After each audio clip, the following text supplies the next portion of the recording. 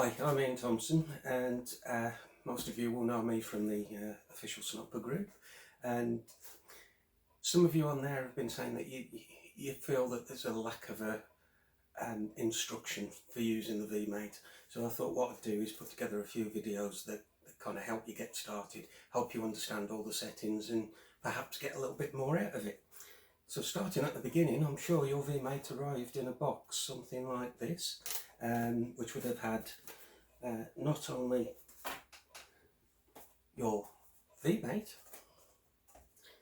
but also perhaps some accessories like a little mount to put it on a tripod or a GoPro mount, and maybe a little mini, I'll call it a tripod, but it is a very mini tripod that just gives it a bit more stability when you're out and about. Some of you might have got ND filters. I'll go over what they're for at a later point. And some of you may have got some of these as well, lens protectors and screen protectors. My best bit of advice with these is put them on as soon as you get the thing out of the box. Before you start playing with it in any way, shape or form, because you're just going to get grease all over the screen, possibly on the lens as well, and that's a devil to clean off. It's much easier to put these straight on when the screen is clean. So top tip. Okay, so putting those down. By the way, just a little aside, while that thing is useful in some circumstances, this thing's a lot more useful in a lot more circumstances. It's a Lanzi, I think it's an MT-08, and it's got a proper tripod mount on the top with a ball joint that can be angled around in all different angles, including 90 degrees. And it has a magic little job where it can extend just a little ways. So it can give you more height off the ground when you've got the tripod out. And it can also, as well as giving you more height off the ground, it can of course work as a little selfie stick as well, which with the Vmate having quite a narrow field of view, it's quite useful. Just having that extra foot distance from you gives you a much better framing if you're doing vlogging. So that costs roughly the same as that. Get it on AliExpress for about £8 delivered. So I know which one I'd buy if I was buying them both now. Right, moving on. So the important thing, when you get this thing out of the box and you put your screen protectors on, as I say, what you will find in the box, as well as the Vmate itself, you'll find a cable, charging cable there, Type-C, and you'll also find a little wrist strap which can attach to the Vmate as well. Quite useful if, like me, you're a little bit dyspraxic. And the other thing that a lot of folk miss is behind the flap there in the box is a warranty card and a so-called getting started guide, but frankly, it's not worth it in opening. So there you got your Vmate out. I mean, the obvious thing is you're going to take it out of the case and have a look at it. But before you're tempted to turn it on or do anything else with it, what I would say to you is plug this into a USB-C charger.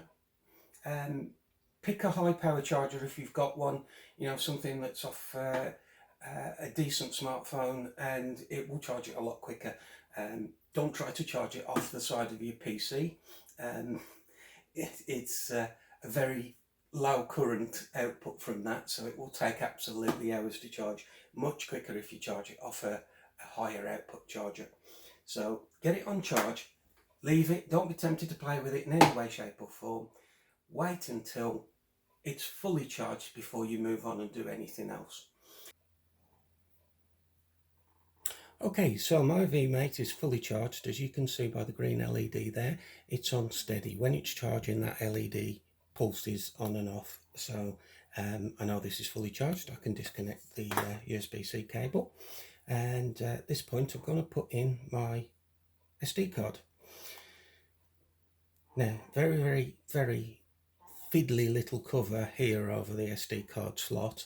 That said, it does offer some protection from dust and damp and so on, but is a little bit of a fiddle to get in. Now when you come to put your SD card in, the right hand side goes towards the back and the side of the contents goes towards the screen side of the Vmate.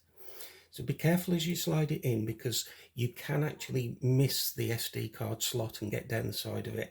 If you've got it in the right place, it should slide in very easily with a nice little bit of spring tension. I don't know if you can see the SD card just bouncing up and down there on the spring. Once it's in that position, push it all the way in till it clicks and then close over the little flap. When you get this out of the box, the original Vmates that shipped with firmware version 2.0.2.48. The later versions, I think, are all on 2.0.4.15. Don't quote me on that though, I might be wrong. Certainly this one came on that, and that's the version of firmware I've got on at the moment. As obviously that's what you're going to see when you first turn on. Now it's important when you turn on, little button on the side there, press and hold it for about 2 seconds and on comes your Vmate. Make sure nothing's touching the gimbal, because it will stop it from turning on properly. Once you've switched on, as you can see, there's a little symbol there telling you that there's Wi-Fi on and so on and so forth. Ignore all of those, because they're all going to disappear shortly when we update the firmware. All the firmwares up until this point look very, very similar. So whether you're on 0.2.48 or 2.0.4.15, the appearance is pretty similar between the two. There are odd differences, but nothing much. I'm not going to go into any details on it because it's going away and a new UI will replace it. But first thing you need to do is format that card. It's quite possible that when you put your card in, it would have come up with a little error message, card not found, or can't read card, or something along those lines. Don't worry about that. Once you've formatted it, it should be able to see the card well enough to do at least what we need to do next. So I'm going to swipe up from the bottom of the screen towards the top, and it's going to open up a little menu. I'm then going to swipe across this little menu until I come to More Settings, and then I'm going to tap on More Settings, open it up, scroll along until I come to a little SD card symbol there, and it's telling me how much space I've got on that SD card. I'm not interested at all in that. It's purely here for demonstration purposes. I'm going to tap that. Now it's offering me the option to format the SD. I'm going to tap yes to that and then tap the red format button. It takes a few seconds only and it hopefully comes up format completed. If for any reason you find that it won't complete the format on your card, the best bet that you have is to go around your house and find an old SD card. It doesn't have to be anything posh or anything fast. It doesn't have to be a V30 or a U3. It can be an old class 4 with a gigabyte on it. It really doesn't matter. It's only about getting your firmware up to date at the moment. And once you've got the latest firmware installed, it will read your card. All of the card issues that I'd seen before are apparently cured by this latest firmware. Certainly all of the problems that I encountered. So now I've formatted that SD card, I can come out of here, and do you know, there's absolutely no point in me doing anything now except connecting up and updating my firmware. Now there are two ways I can update my firmware. So the first one is the SD card method. So I'm going to turn this off, remove my SD card that I've now formatted. Formatting in the device guarantees that it will work on the device after, by the way. Much easier than fiddling around. Right, so take a card reader, insert your SD card, plug it in, wait for it to be recognised, and there it is. It tells you there's a problem because obviously it's been formatted on the Vmate and Windows doesn't like it It reads it perfectly well, don't worry about that, but it's not the latest, so it will tell you there's a problem. Ignore it, just cancel any messages you get about that. So I'm going to now download the update pack. I hope you can see this on my screen. If you can't, don't worry, it's very straightforward. Big green button says upgrade pack. I'm going to tap that, wait for it to download. It's coming down quite quickly, except I've downloaded it twice. Let's get rid of that one.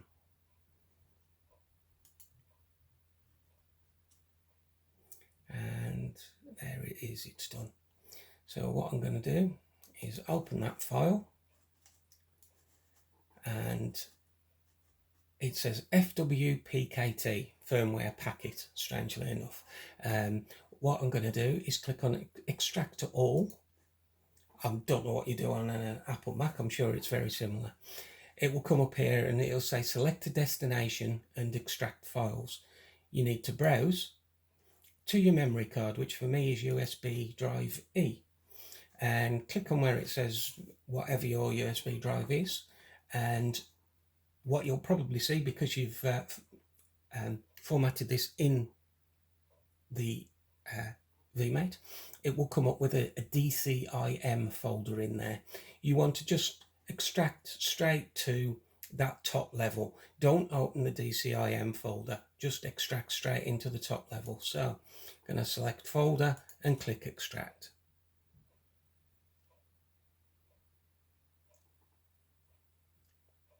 Takes a few seconds.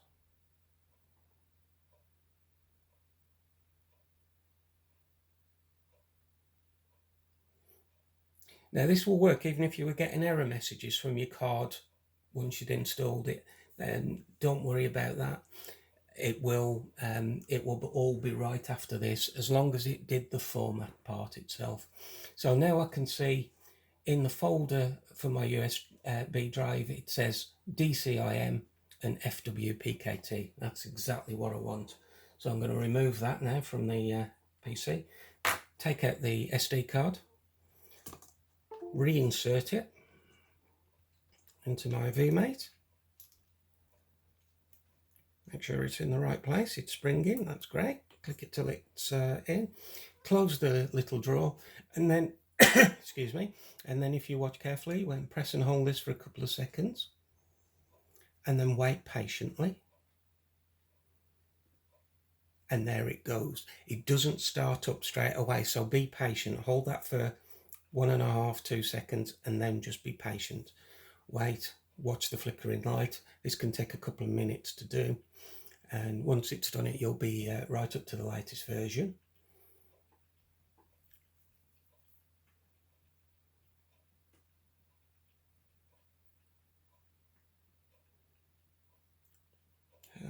Getting there. Once that Snoppa sign comes on, we're close. As you see there now, it's just updating, and there it is, update success. If I click on OK, give it a second, it will now do the normal boot routine and check the gimbal, and away it goes. So there you have it. It's come up. You will notice some differences about this. What you can do, by the way, before you update that firmware, if you want to go out and have a play with the old firmware to see the difference between the old and the new, by all means do. You know, there's nothing to stop you. It won't stop you upgrading later. It won't break your machine to use that firmware. We were all on it not very long ago. So now I've updated it that way. What I'm going to do is go through the method of updating it via the app. So I'll turn this off and set up to show you that. Okay, so let's update firmware using the app method. So first of all, open the Snoppa Play app that you've downloaded already, I'm sure. And once that's open, turn on your Vmate.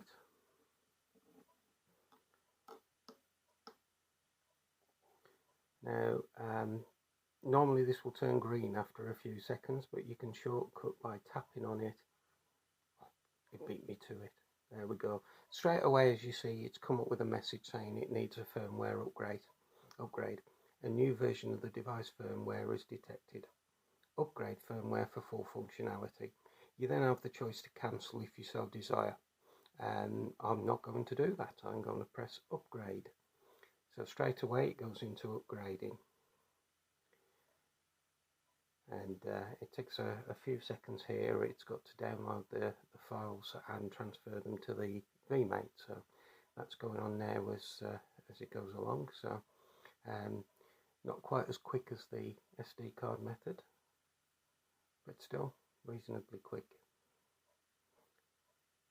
We'll soon find out. It's now moving along quite quickly, which tells me it's now downloaded all of the necessary files and can get on with the job. So suddenly it's speeded up.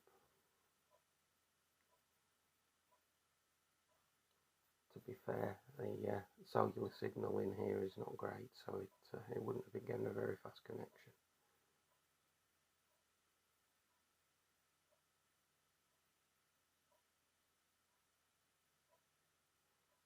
So, right, that's 100% of that bit done, and it warns you here, do not turn off the device until the green light stops flashing.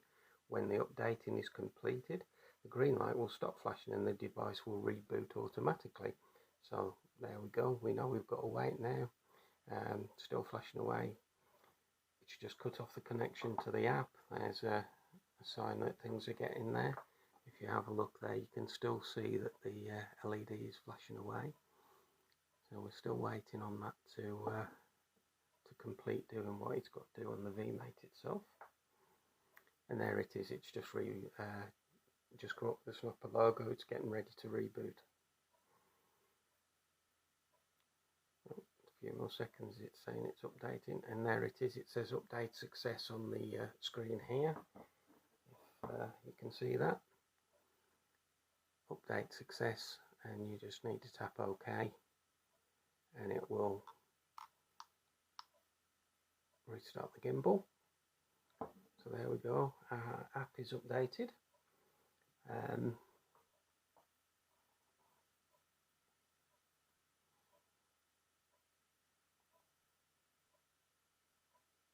Oh, there is a new version of the app out as well, that's brand new. Okay, as we see there is a new version v2.03, upgraded from v2.02. And our firmware size is 42.2 megabytes, not very big. Let's click on upgrade now.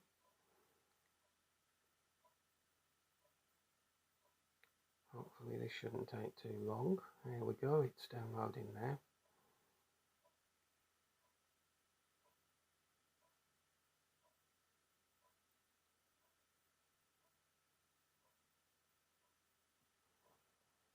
Word of advice there, before you take the update for